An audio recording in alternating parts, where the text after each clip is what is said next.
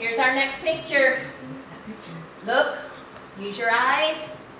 What do you notice? What can you tell about the weather from looking at this picture? EL is our new reading curriculum that we started this year.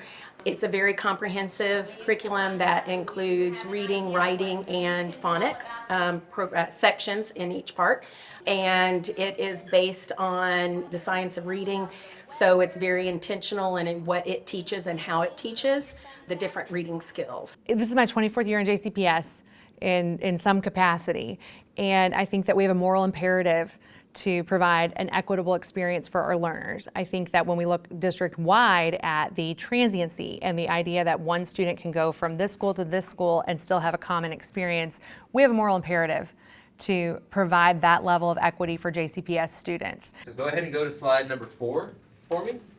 I'm going to start your timer in just a second. You're going to have 7 minutes in your groups, and I want you guys to talk and collaborate. Write down 3 things that you noticed and 3 things that you wondered based on this clip. I 100% believe that this is the right thing to do because our district has finally taken a step to ensure that our students have culturally responsive curriculum that is across the board. So if a student starts here and has to go to another school, they'll be exposed to the same curriculum, a curriculum that is encouraging student voice and agency, a curriculum that is empowering our teachers to have greater access to the materials and the resources. Even brand new teachers have everything they need to be successful in the teaching of this content. Habitat. Can you all do the symbol? Notice that I am making my hands into a little roof. I've just noticed the increase of engagement with my students. I've also noticed that they are grappling with harder text and being able to do that more independently. The big difference that I see with the EL curriculum and previous curriculums that I've used is just the rigor. My students are getting a better better understanding of the text and the skills that they need to be able to comprehend. And that information is much deeper than years past. I also am seeing a lot of students taking ownership of their own learning. Me and Jeremiah and Zayla said that it's about and able to really understand the skills and be able to perform them at a high level. The most significant challenge I have when reading is reading a lot of words. So they're able to have success with it when they're reading it. So they read it the first time, they may not understand it. The second time we go through and we look at it a little deeper, so they're able to understand it. On our bookmark, did we describe the challenges and the strategies the challenges we face and the strategies we're using to overcome this year to become better readers? Yes. All right. Writing is such a complex task that they're able to demonstrate their knowledge through writing. And writing is a hard skill to master, and they're able to demonstrate their comprehension through their writing. Another thing that I've noticed with our upper grades is their ability for writing has really increased. The achievement in writing, where they are spending a significant amount of time in one particular unit writing towards the end, they are really learning to become better writers through this program as well, more so than we've seen at the past here at Simple. And what sound does it make? Oh, wait. Another way to include or to enhance sense of belonging is for students to see themselves in the curriculum. And EL does a good job of being very diverse and allowing students to see themselves in the curriculum. There is absolute joy in our classrooms during reading.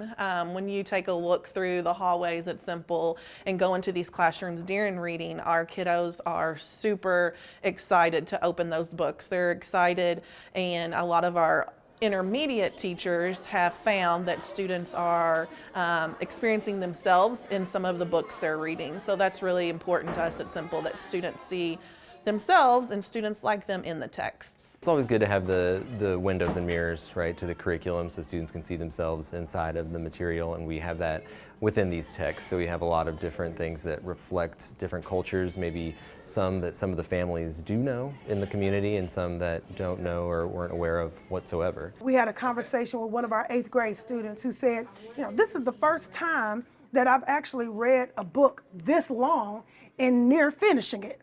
So those are gains for us too.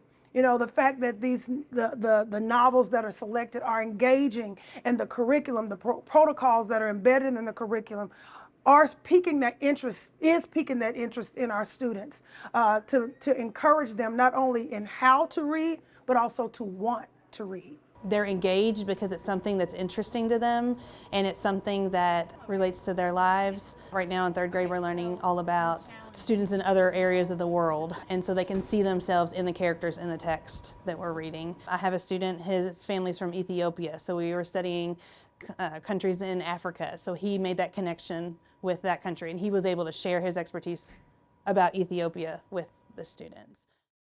Parents all seem to be really on board. A lot of them have requested the books for themselves and to have the books sent home so that they can participate and help their student learn and grow along the way with us.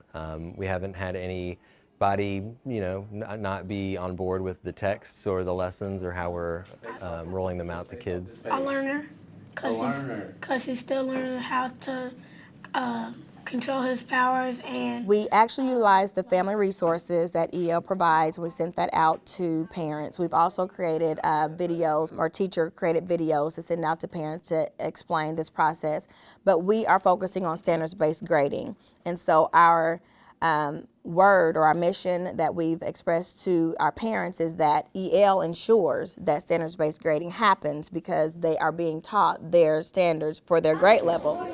We've been utilizing the EL modules for the past 3 years and the EL skills block for the last 2 years. With that, we've seen a difference in student engagement. We've taken away the opportunity for student chance to learn how to read, and we put it in a systematic way. What is this text about? Systematic, what we mean is that as a school, we have a set of standards and a learning progression for our foundational skills, which allows our students and our teachers to know exactly what students know, so that if students are struggling with reading, we can pinpoint exactly what they're struggling with. And by doing this, we've seen an increase in student achievement with our reading scores on MAP and on KSA. We were thrilled this year. We just received last week a blue rating for our reading and math score, and we had increased performance for every subgroup of students. So really confirming, when we looked at it, we felt that the practices embedded within EL are things that you could identify as simply good teaching, but they are really drawn out and explicit within the EL curriculum. So often when we're in the classroom, I found in my own classroom for 14 years, you're working quickly at a fast pace to meet the needs of every learner, and EL does a great job of explicitly embedding these specific best practices that are going to be high yield for all learners. We felt strongly that that would be the case, and we're thrilled to see that the results bore that out. It's the right thing for kids because it ensures that every student within our district has access to grade level instruction. And the only way we can close the achievement gap is if we challenge our students. And we love them to life by challenging them, by embracing productive struggle, and then giving them the scaffolds needed to be successful within their spaces.